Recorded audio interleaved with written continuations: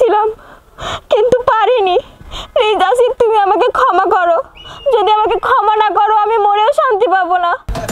অতিরিক্ত লোভ মানুষকে ধ্বংস ছাড়া আর কিছুই দিতে পারে না।